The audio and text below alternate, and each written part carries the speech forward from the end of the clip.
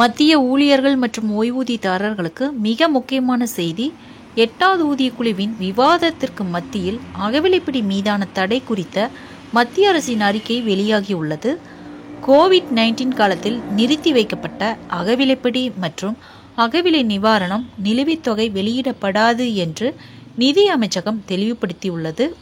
தொற்று நோய்க்கு பிறகு நாட்டின் பொருளாதார மீட்சியை கருத்தில் கொண்டு ஜனவரி 2020 முதல் ஜூன் 2021 வரை பொருந்தக்கூடிய 18 மாதங்களுக்கு அகவிலைப்படி மற்றும் அகவிலைப்படி நிவாரணம் மீதான தடை மறுபரிசீலனை செய்யப்படுமா என்று நாடாளுமன்றத்தில் எழுப்பப்பட்ட கேள்விக்கு பிறகு இந்த பதில் வந்தது. 2020ஆம் ஆண்டில் தொற்று நோயின் பாதகமான நிதி தாக்கமும் அரசாங்கத்தால் எடுக்கப்பட்ட நலத்திட்ட நடவடிக்கைகளுக்கு நிதியளிப்பதில் ஏற்பட்ட நிதி சுமையும் 2020-21 நிதியாண்டிற்கு அப்பாலும் தொடர்ந்தன.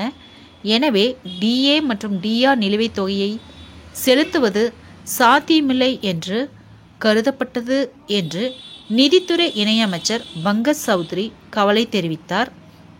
பணவீக்கத்தின் தாக்கத்தை குறைக்க அரசு ஊழியர்களுக்கு அகவிலைப்படி வழங்கப்படுகிறது.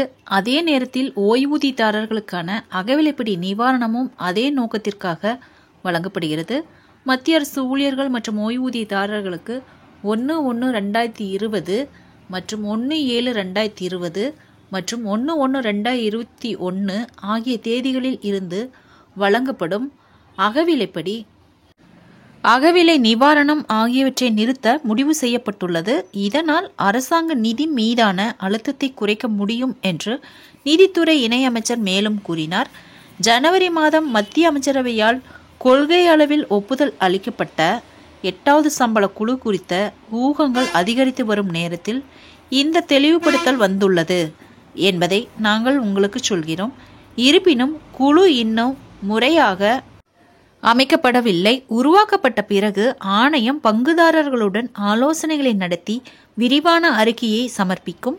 இது வழக்கமாக 1 வருடத்திற்கும் மேலாகும். மத்திய அரசு ஊழியர்களுக்கான ஃபிட்மெட் காரணி மற்றும் அனைத்து சம்பள அமைப்புகளிலும் மேம்பாடுகளை அறிக்கை பரிந்துரைக்கும். புதிய சம்பள குழு செயல்படுத்தப்படும் போது நிலையான செயல்முறையின்படி அகவிலைப்படி 0 குறைக்கப்படுகிறது என்பது கவனிக்கத்தக்கது. தற்போது 7வது ஊதியக்குழுவின் கீழ் அகவிலைப்படி அடிப்படை சம்பளத்தில் 55% உள்ளது. ஃப்ரெண்ட்ஸ், இந்த தகவல் உங்களுக்கு யூஸ்ஃபுல்லாக இருந்தால் என்னோட சேனலை சப்ஸ்கிரைப் பண்ணுங்கள், லைக் பண்ணுங்கள், மற்ற நண்பர்களுக்கும் இந்த வீடியோவை ஷேர் பண்ணுங்கள். தேங்க்ஸ் ஃபார் வாட்சிங்.